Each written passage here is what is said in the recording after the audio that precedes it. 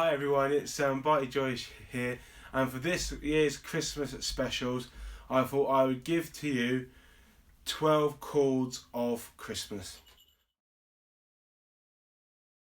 You put your ring finger on the A string on the 3rd fret, the middle finger on the D string on the 2nd fret, and the 1st finger on the B string on the 1st fret. And then you just strum. You strum from the A string, you leave the low E string, and then you strum lovely, like that. That's it for today's video. Please like, share, comment and subscribe, and I knew you have a lovely Christmas. Cheers!